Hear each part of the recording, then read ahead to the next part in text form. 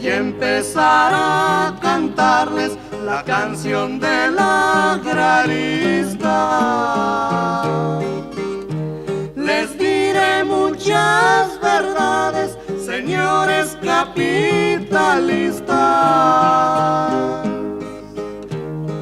Ay, ay, ay, luchando por nuestro anhelo, murieron muchos hermanos, que Dios los tenga en el cielo. Voy a empezar a cantarles la canción del agrarista. Soy Óscar Hernández Valenzuela, coordinador del Archivo Histórico Municipal, y nos encontramos aquí en el Parque Comunitario del Ejido Michoacán de Ocampo. Los invito a un recorrido guiado por las instalaciones del Museo del Asalto a las Tierras, toda esta gesta heroica que le dio identidad y que le dio un cauce de libertad a las tierras del Valle de Mexicali. Así es que acompáñenos, por favor. Soy profesora Berta Chávez Villalobos, soy coordinadora del Museo Comunitario El Asalto a las Tierras. ¿Desde cuándo está este museo ya abierto a la comunidad, maestra Berta? El 24 de octubre de 1989 fue inaugurado este museo. El edificio, el museo está en una joya, que es un edificio histórico, antigua escuela rural de 1938, conocidas como las escuelas cardenistas. Bueno, el inicio de este museo fue a raíz de los 50 años del movimiento agrario del asalto a las tierras. Aquí participó el Instituto Nacional de Antropología e Historia, la Universidad Autónoma de Baja California y pues la comunidad, ¿verdad? Entonces en ese tiempo vivían personas participantes del movimiento agrario, entonces pues de viva voz contaron la historia y la participación que ellos tuvieron en 1937, y como para dar testimonio físico de este movimiento, pues ahí se empezaron a mostrar algunos objetos, documentos, y pues que complementaban la historia o base de la historia que nos estaban contando. Entonces, y de ahí empezó, fue pues creciendo el interés con la participación de las escuelas, que hacer un proceso de autoinvestigación muy importante, y así llegamos a 1989, en octubre, que se inaugura. Para esto, pues con participación de gobierno del estado se hizo la rehabilitación del edificio, el rescate del edificio que estaba en muy malas condiciones, y pues lo tenemos aquí como sede del Museo Comunitario, sede y parte de una de las comunidades agrarias, precisamente la Comunidad Agraria Michoacán de Ocampo. Esta es una de las primeras, es réplica, ¿verdad? Desde luego, que hasta hace poco todavía había originales. Es una vivienda, de las primeras viviendas que usaron los mexicanos cuando llegaron aquí a este lugar, ¿sí? Ya cuando se les permitía tener sus casas, porque anteriormente pues no se les permitía estar en ninguna parte, se resguardaban por ahí en los matorrales, ¿verdad?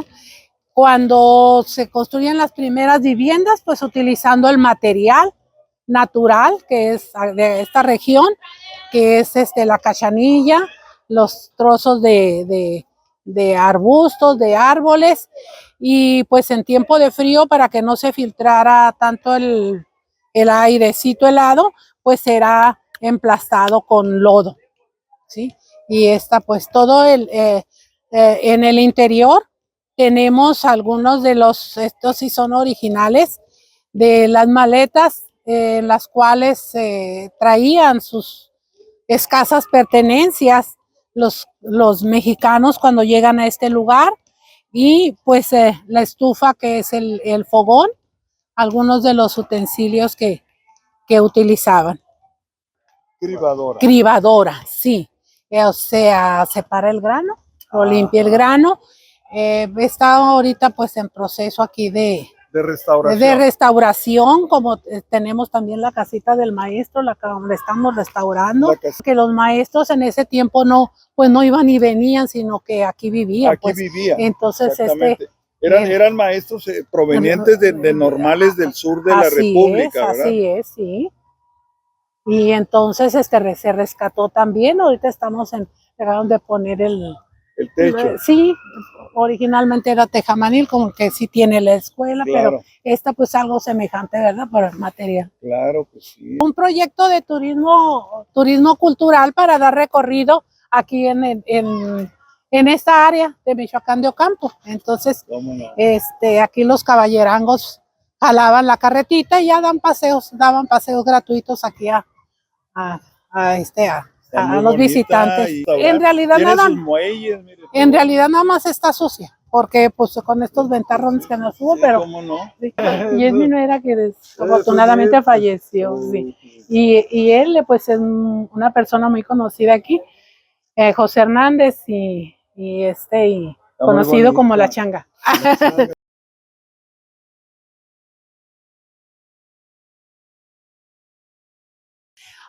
Bueno, esta es el primer módulo del museo.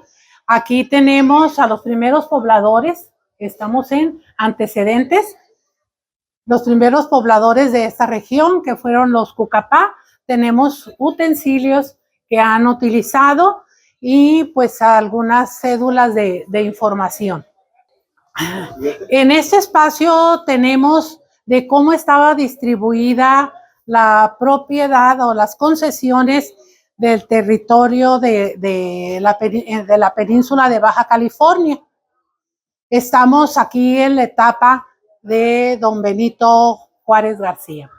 En este espacio tenemos lo que es la concesión Andrade, un dibujo mapa de la superficie donde estaba ubicada y la importancia pues que era la cercanía, tierras cercanas a el río Colorado.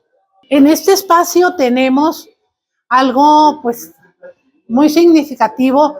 Yo les digo que es el parteaguas en la historia del desarrollo de esta región, que fueron las obras de irrigación de 1900-1901. Aquí inicia el desarrollo acelerado en la vida económica, social del Valle de Mexicali. En este espacio tenemos lo que es cómo pasan a poder de extranjeros, explotada la tierra por extranjeros, las propiedades de la Colorado Riverland, la forma como lograron sembrar bastante superficie de algodón a través de otros extranjeros de origen asiático, cosechar las primeras pacas de algodón alrededor de 1912. Y las leyes de 1915, donde pues ahí con todo el fervor patriótico se dice que las tierras deben ser para los mexicanos, pues entonces nos vemos que en 1925 pues gran superficie de la tierra estaba en poder de extranjeros, norteamericanos principalmente, y que los mexicanos pues no tenían derecho a estar, nos platicaban, ni bajo la sombra de un árbol. El primer intento fue fue como producto de la colonia, que se formaron las colonias Progreso y anexas, toda esa región rumbo a Tijuana. Voy a decir que yo nací en ese edificio. Bien. Otro de los movimientos fue en 1930, donde se pedían pues mejores salarios y condiciones de vida. En 1936, pues que aquí ya empieza el ímpetu por recuperar firmemente las tierras para los mexicanos. Tenemos, la llamamos el asalto a las tierras, porque tenemos objetos, testimonios, documentos originales de el movimiento concerniente al movimiento agrario, el asalto a las tierras. Fotografías de los participantes, testimonios, algo muy importante y de mucho valor, pues es la bandera original que llevaron los campesinos mexicanos, ¿sí? Acta al carbón, copia al carbón de el asalto a las tierras, esa que se lee cada 27 de enero. En la escuela Emiliano Zapata, ubicado en la colonia Pacífico, que es donde los mexicanos se reúnen y donde toman el acuerdo de que el 27 de enero de 1937 se posesionarían de las tierras que estaban en poder de la Colorado. En este espacio tenemos algo, pues todo muy importante. Tenemos documentos, libros de época del presidente Lázaro Cárdenas, y aquí el plan de integración del territorio norte de Baja California a los Estados Unidos mexicanos, como no era nada más el reparto de tierras, sino contempla la educación de todos los habitantes y la integración a través de las vías de comunicación. Y sobre todo, pues poblar esta región con mexicanos. Primeros libros de las actas de asambleas. Ahí tenemos el de 1937, los primeros. En esos periódicos vienen ahí la publicación de los ejidatarios a esa fecha.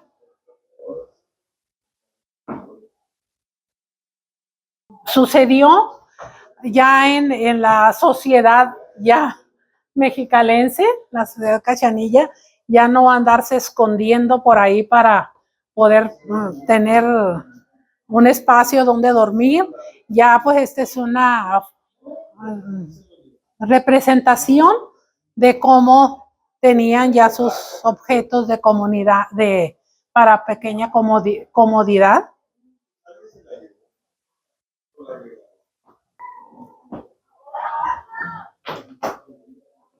Bien, pues el sector escolar, ¿verdad? Ya en los primeros maestros de esta región.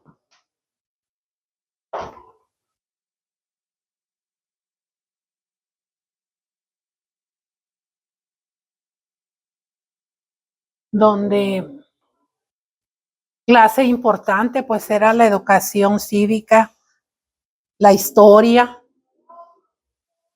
Ese está muy bonito. Yo creo que es único. Sí, y así pues objetos que nos hablan de distintas épocas, y ahorita los vemos como objetos antiguos, pues en realidad para ese tiempo pues eran muy modernos, ¿verdad? La organización de las mujeres, muy importante, aunque no se tenía derecho al voto, sí participaban, sí se organizaban, sí asistían a todos los encuentros políticos que había en ese tiempo.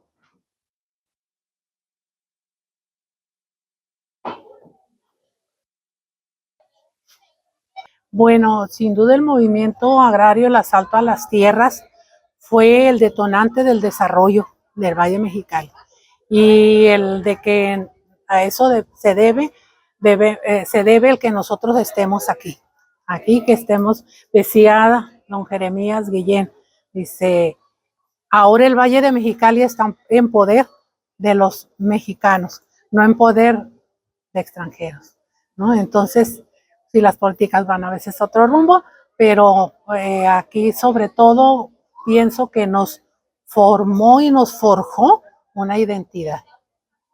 De aquel rincón, bañado por los fulgores del sol, que nuestro cielo triunfante llena, de la florida tierra donde entre flores se deslizó mi infancia, dulce y serena, envuelto en los recuerdos del pasado, borroso cual lo lejos del horizonte, guardo el recuerdo nunca olvidado del sembrador más raro que hubo en el monte. Aún no sé si era sabio, loco o prudente aquel hombre que humilde traje vestía. Solo sé que al mirarle toda la gente con profundo respeto se descubría. ¿O es que acaso su gesto severo y noble a todos asombraba por lo arrogante? Hasta los leñadores, mirando al roble, sienten las majestades de lo gigante. Una tarde de otoño, subí a la sierra y al sembrador sembrando, miré risueño. Desde que existen hombres sobre la tierra, nunca se ha trabajado con tanto empeño. Quise saber curioso lo que el demente sembraba en la montaña sola y bravía. El infeliz oyóme febrilmente y me dijo con honda melancolía: siembro robles y pinos y sicomoros, quiero llenar de frondas esta ladera. ¿Y por qué tantos afanes en la jornada sin buscar recompensa? Os dije. Y el loco murmuró con la mano sobre la azada: ¿acaso te imaginas que me equivoco? ¿Acaso por ser niño te asombre mucho el soberano impulso que mi alma enciende? Por los que no trabajan, trabajo y lucho. Si el mundo no lo sabe, Dios me comprende. Hoy es el egoísmo torpe maestro, a quien rendimos culto de varios modos. Si rezamos, pedimos solo el pan nuestro. Nunca al cielo pedimos para los otros. En la propia miseria, los ojos fijos, buscamos las riquezas que nos convienen y todo lo arrastramos por nuestros hijos. Es que los demás padres hijos no tienen. Vivimos siendo hermanos solo de nombre, y en guerras brutales con sed de oro hay siempre un fratricida dentro del hombre, y el hombre para el hombre siempre es un lobo. Por eso, cuando al mundo triste yo contemplo, yo me afano y me impongo ruda tarea. Y sé que vale mucho mi pobre ejemplo, aunque pobre y humilde parezca y sea. Hay que luchar por todos los que no luchan. Hay que hacer que nos oigan los que no escuchan. Hay que llorar por todos los que no lloran. Hay que ser como el agua que va serena, brindando a todo mundo frescos raudales. Hay que ser como el viento que siembra flores, lo mismo en la montaña que en la llanura, y hay que vivir la vida sembrando amores, con la vista siempre en la altura, dijo el loco, y con honda melancolía por las breñas del monte siguió trepando, y al perderse en las sombras aún repetía: hay que vivir sembrando, siempre sembrando. Marchemos agraristas a los campos a sembrar la semilla del progreso. Marchemos siempre unidos sin tropiezo, laborando por la paz de la nación. No queremos ya más luchas entre hermanos, Olvidemos los rencores, compañeros, que se llenen de trigo los graneros y que surja la ansiada redención. Voy a empezar a cantarles la canción del agrarista. El asalto a las tierras del Valle de Mexicali, 1937, de este movimiento social tan relevante para la conformación de nuestro Valle de Mexicali, pues es justo hacer algunas reflexiones.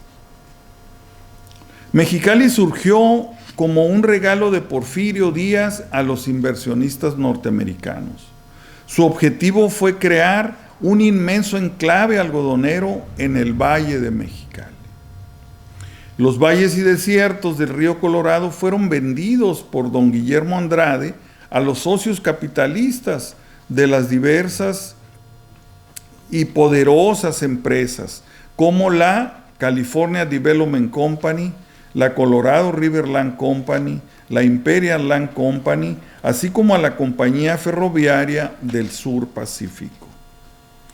La Colorado River Land Company presumía que en el Valle Imperial mexicano poseía el rancho algodonero más grande del mundo. Los dueños de las tierras y aguas del Valle de Mexicali arrendaban estas tierras y aguas al mismo gobierno del Distrito Norte de Baja California, a parceros americanos, chinos, japoneses e hindúes. Jornaleros mexicanos trabajaban de sol a sol en estos campos y habitaban en humildes viviendas. Cuando acabé de piscar, vino el rico y lo partió. Todo mi mes se llevó, ni pa' comer me dejó. Me presenta aquí la cuenta, aquí debes 20 pesos de la renta de unos bueyes, 5 pesos de magueyes, 3 pesos de una coyunda, 5 pesos de unas cunas, 3 pesos no sé de qué, pero todo está en la cuenta, a más de los 20 reales que sacaste de la tienda. Con todo el mes que te toca no le pagas a la hacienda. Ahora vete a trabajar pa' que sigas abonando. Nomás me quedé pensando, haciendo un cigarro de hoja, que patrón tan sinvergüenza, todo mi maíz se llevó para su maldita troca. Se me reventó el barzón y siempre la yunta andando. Algunos afortunados rancheros mexicanos le rentaban parcelas a la Colorado o bien lograron integrarse a las colonias agrícolas formadas por los gobernadores Esteban Cantú y Abelardo L. Rodríguez. Mexicanizar las tierras del Valle de Mexicali fue un anhelo justiciero del Partido Liberal Mexicano, encabezado por los hermanos Ricardo y Enrique Flores Magón, quienes en febrero de 1911 traen la Revolución Mexicana a Baja California.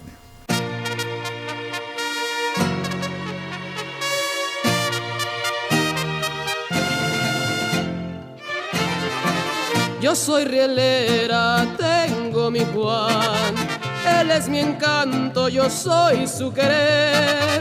Cuando le anuncian que ya se va el tren, adiós mi rielera, ya se va tu Juan. Tengo mi par de caballos, uno se llama el Canario y otro se llama el Gorrión. Yo soy rielera, tengo mi Juan, él es mi encanto, yo soy su querer. Cuando le anuncian que ya se va el tren, adiós mi rielera, ya se va tu Juan.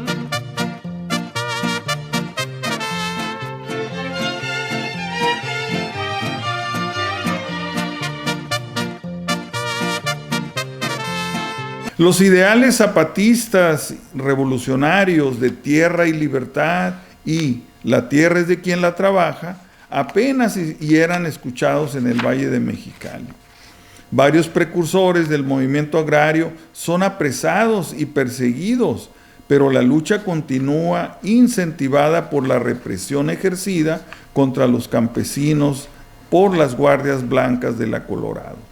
En este apartado tenemos que mencionar a doña Felipa Velázquez, viuda de Arellano a Petra Santos. Estas mujeres también fueron lideresas y fueron precursoras del movimiento agrario. Ay, ay, ay, luchando por nuestro anhelo, murieron muchos hermanos, que Dios los tenga en el cielo. Don Porfirio y su gobierno, formado por dictadores, nunca oyeron de su pueblo las quejas y los clamores. Siempre trabajé y trabajé, siempre debiendo al tendero, y al levantar la cosecha salía perdiendo el mediero. Nuestras chozas y jacales siempre llenos de tristeza, viviendo como animales en medio de la riqueza. Ay, ay, ay, luchando por nuestro anhelo. El general Abelardo Rodríguez, momentos antes de entregar la presidencia de la República. Le acompañan altas personalidades, empleados y después los miembros de su Estado Mayor.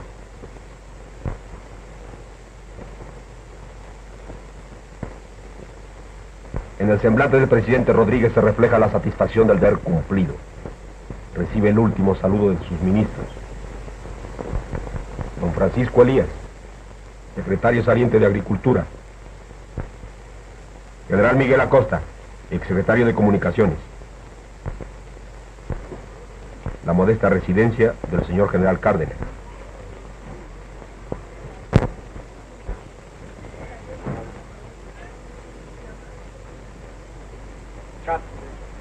Momentos antes de la protesta le acompañan al presidente electo, su distinguida esposa y su hijito Cuauhtémoc.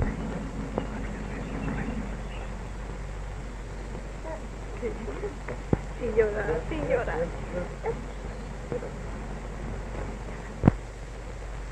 Momentos antes de asumir la presidencia de la República, mi señora y yo enviamos a todos los elementos revolucionarios del país nuestro más cariñoso saludo, haciendo votos por la prosperidad de la nación. Tengo presentes de una manera indeleble las impresiones que durante mi campaña electoral pude recoger: profundas desigualdades e inicuas injusticias a que están sometidos grandes masas de trabajadores, y muy particularmente los núcleos indígenas, que deben constituir para nosotros una honda preocupación. 50,000 almas escuchan en silencio el mensaje presidencial. Nada puede justificar con más elocuencia la larga lucha de sacrificio de la Revolución Mexicana, como la existencia de regiones enteras en las que los hombres de México viven ajenos a toda civilización material y espiritual, hundidos en la ignorancia y la pobreza más absoluta, sometidos a una alimentación, a una indumentaria y a un alojamiento inferiores e impropios de un país que, como el nuestro, tiene los recursos materiales suficientes para asegurar una civilización más justa.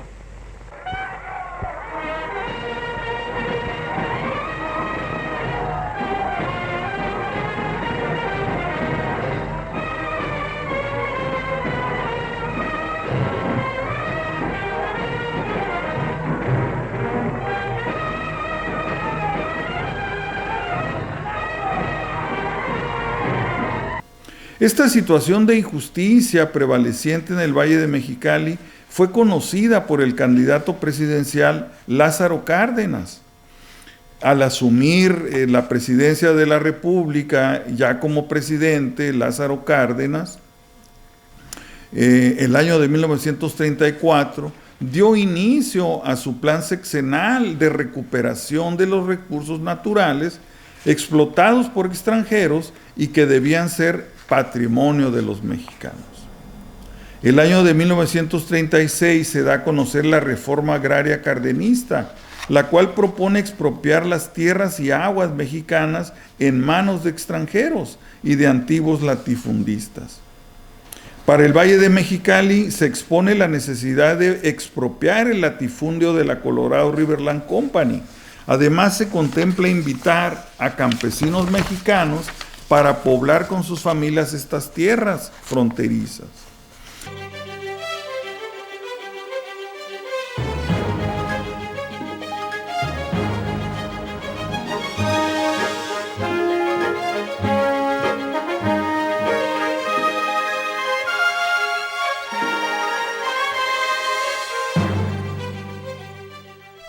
El 27 de enero de 1937 inició un movimiento agrario en el Valle de Mexicali conocido como el Asalto a las Tierras. Fue una acción popular concertada bajo los auspicios del general revolucionario. Cientos de campesinos invadieron tierras, propiedad de compañías extranjeras y de legítimos rancheros dueños de sus parcelas familiares. El 14 de marzo de 1937, el general Cárdenas expidió el decreto dotatorio de tierras, con lo que empezó el fin de la Colorado. Se repartieron más de 120,000 hectáreas para explotación colectiva a 6,000 campesinos mexicanos.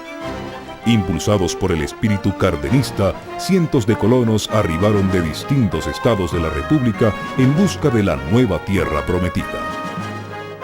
Muchos de los ejidos fueron bautizados con el nombre del estado de procedencia de los nuevos colonos. Plena de confianza, la provincia acude en masa ante el jefe de la nación a exponerle sus problemas. El primer magistrado escucha al delegado de la población. Pero la marcha debe continuarse. Los automóviles que habrán de suplir al tren presidencial son embarcados.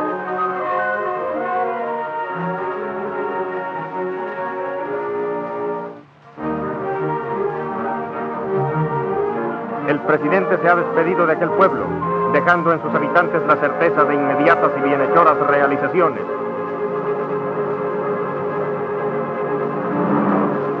Que los caminos son muy malos, no importa. El primer mandatario no se detiene, no en balde verifica el mal estado de ellos. Pronto quedarán transformados en flamantes carreteras.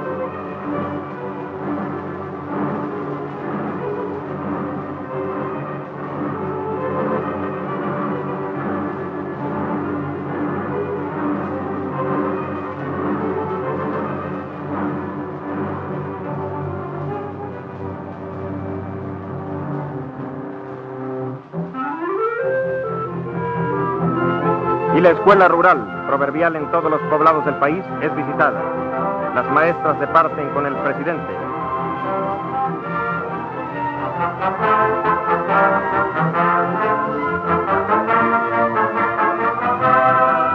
Y cuando el automóvil ya no es útil, el jefe de la nación y su comitiva montan a caballo.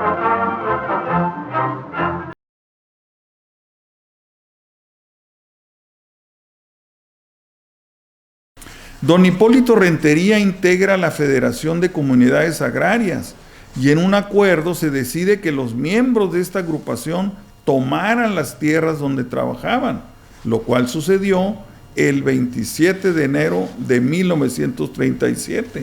A esta acción se le llamó el Asalto a las Tierras. Este movimiento, auspiciado por el gobierno federal, puso en movimiento la reforma agraria, y en poco tiempo se crearon los primeros ejidos colectivos con campesinos mexicanos en el Valle de Mexicali. A la Colorado Riverland Company y el gobierno mexicano se comprometió a cubrir la debida indemnización por sus tierras y aguas. Hipólito Rentería y los hermanos Guillén fueron los auténticos líderes del movimiento agrario en el Valle de Mexicali. La mexicanización del Valle de Mexicali le brindó un nuevo destino a miles de familias de campesinos mexicanos que llegaron para impulsar el progreso social y económico de Baja California.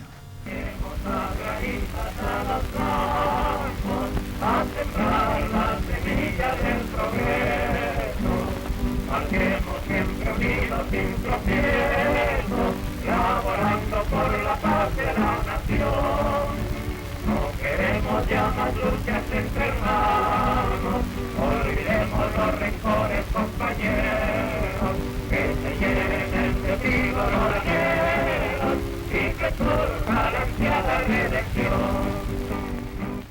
Aquí conviene también hacer una acotación, recordar que esta expropiación de tierras y aguas afectó a un nutrido grupo de agricultores mexicanos que ya tenían ranchos, que ya tenían parcelas, que ya tenían tierras cultivadas en el Valle de Mexicali.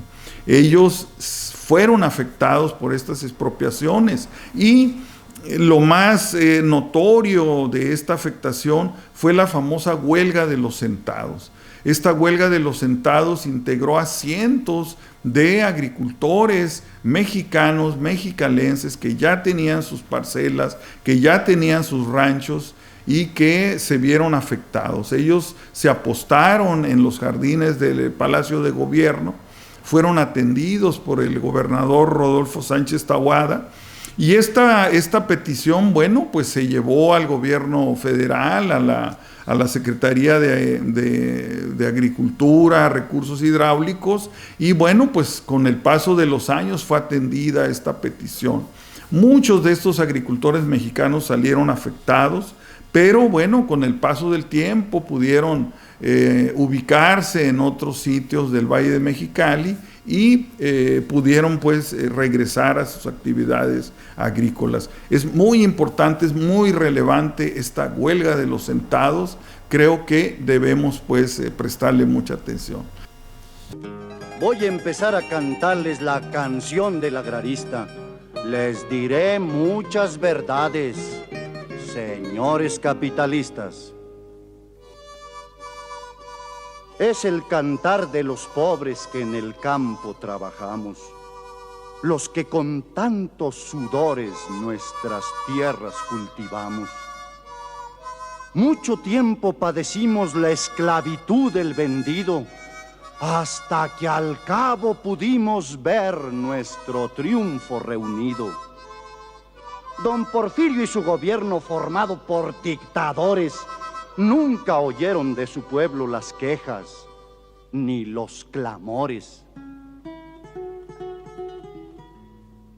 Siempre trabaja y trabaja, siempre debiendo al tendero, y al levantar las cosechas salía perdiendo el mediero. Nuestras chozas y jacales siempre llenos de tristeza, viviendo como animales en medio de la riqueza. ¡Ay, ay, ay! Luchando por nuestro anhelo murieron muchos hermanos. Que Dios los tenga en el cielo. En tiempos del porfirismo surgió Zapata en Morelos, quien luchó por los anhelos del pueblo y del agrarismo. Fue el grito de rebelión: libertad, trabajo y tierra. Fuimos con él a la guerra, pero fue muerto a traición. Zapata, tu nombre encierra un himno de redención.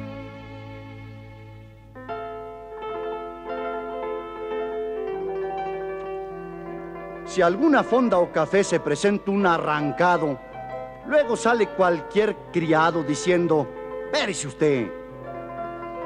Pero si un decente fue quien pidió plato licor, dicen: «Mande usted, señor, pida usted, ¿qué se le ofrece?».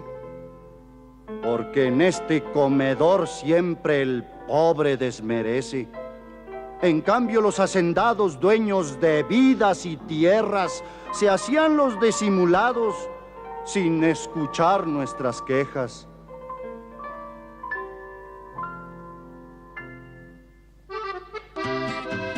Vino el apóstol Madero y al grito de redención, todo el pueblo por entero se fue a la revolución.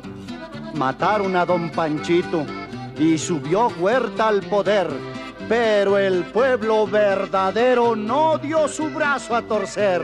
Era la lucha del pobre que sin miedo fue a la guerra a pelear sus libertades y un pedacito de tierra.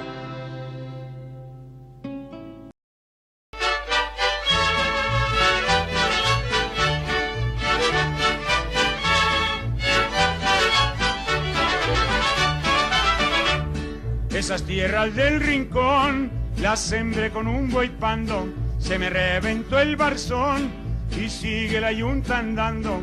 Cuando llegue a media tierra, el arado iba en Terrado se enterró hasta la telera, el timón se deshojó, el bastón se iba trozando, el yugo se iba pandeando, el sembrador me iba hablando, yo le dije al sembrador, no me hablé con dandearando.